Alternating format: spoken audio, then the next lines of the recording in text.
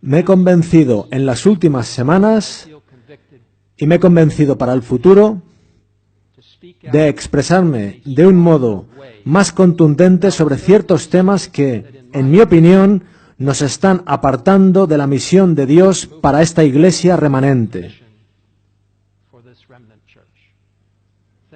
Son cosas que nos sacarán de la posición a la que Dios nos ha llamado. Permitidme comentar brevemente con vosotros algunas de ellas. Número 1.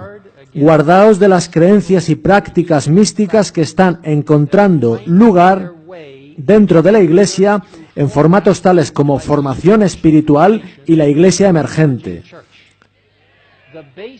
La base de mucho de esto es un énfasis en la experiencia y en lo emocional en vez de en un sólido fundamento en la palabra de Dios.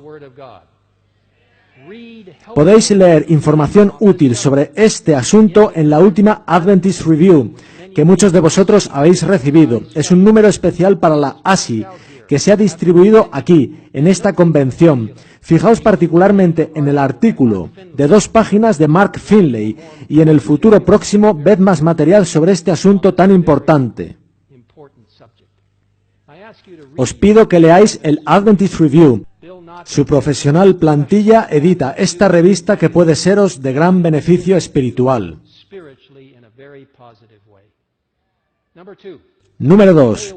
Alejaos de todo tipo de oración mística, tales como la oración contemplativa, los laberintos de oración, la oración repetitiva de una palabra o de ciertas frases, o la oración centrada, la cual parece haberse hecho muy popular, pero conduce a lo oculto, pues en muchos casos son eliminados de la mente todos los pensamientos, lo que posibilita la invasión del maligno en vez de tener una sencilla y humilde oración para compartir las preocupaciones con el Señor.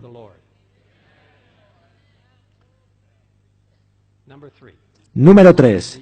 Resistir la música y los estilos de adoración que tienen que ver más con el entretenimiento centrado en el yo que con la humilde adoración de Dios.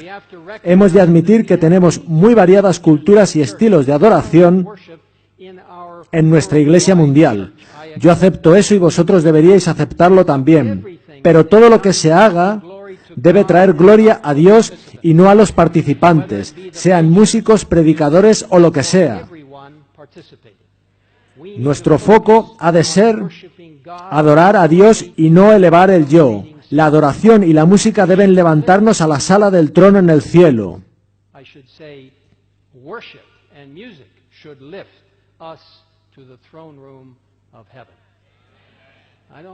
No quiero ofender a nadie, y esta es mi opinión personal.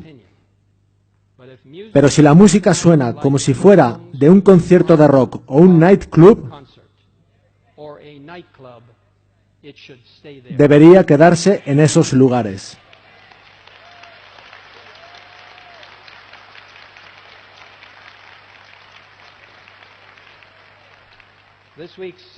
La lección de escuela sabática de esta semana, cuya autora principal es Rosalie H. Finke, contiene puntos muy útiles.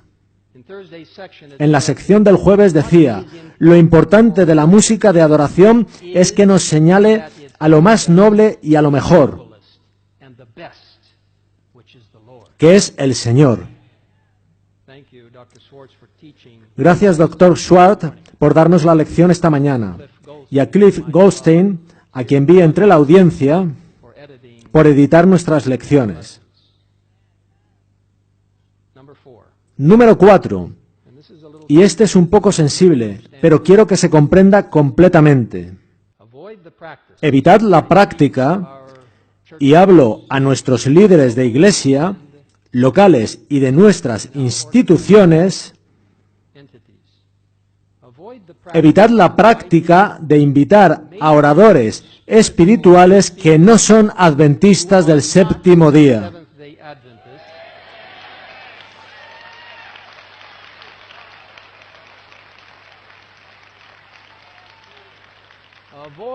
Evitad tenerlos como oradores en nuestras reuniones de iglesia, encuentros de varones o de mujeres, retiros, reuniones pastorales, reuniones de jóvenes y grandes ceremonias. Ahora, quiero que se entienda completamente lo que estoy diciendo. No me refiero a rechazar o no invitar a líderes seculares o religiosos a asistir a una reunión. Hemos de hacernos amigos de estas personas. Hemos de compartir con ellos nuestra fe, pero yo me refiero a no pedirles que nos den una presentación espiritual cuando ellos probablemente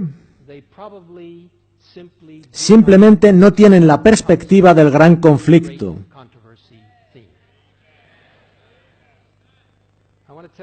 Quiero deciros que ciertamente podemos aprender de otros que no son miembros y deberíamos animarlos a encontrar la verdad en su propio caminar con el Señor.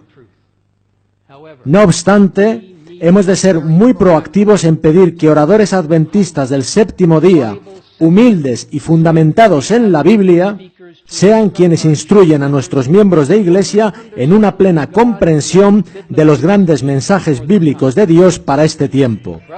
Hermanos y hermanas de ASI, si queremos llegar con fortaleza al fin, nuestro foco ha de estar en Jesucristo, en su justicia y en su palabra todopoderosa. Como en la Reforma Protestante, la Biblia debe convertirse en nuestro fundamento. El espíritu de profecía indica que nunca fue la intención de Dios que la Reforma Protestante concluyera con Martín Lutero, sino que nosotros debíamos continuar esa gran reforma. Nunca olvidaré mi reciente visita al castillo de Wartburg, en Alemania, donde Martín Lutero fue recluido durante casi un año para su propia protección personal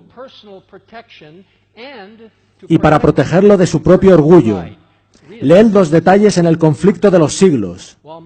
Mientras Martín Lutero estaba allí, Dios lo condujo a traducir el Nuevo Testamento del griego al alemán en 10 semanas, usando 16 dialectos alemanes diferentes y creando así la lengua alemana oficial.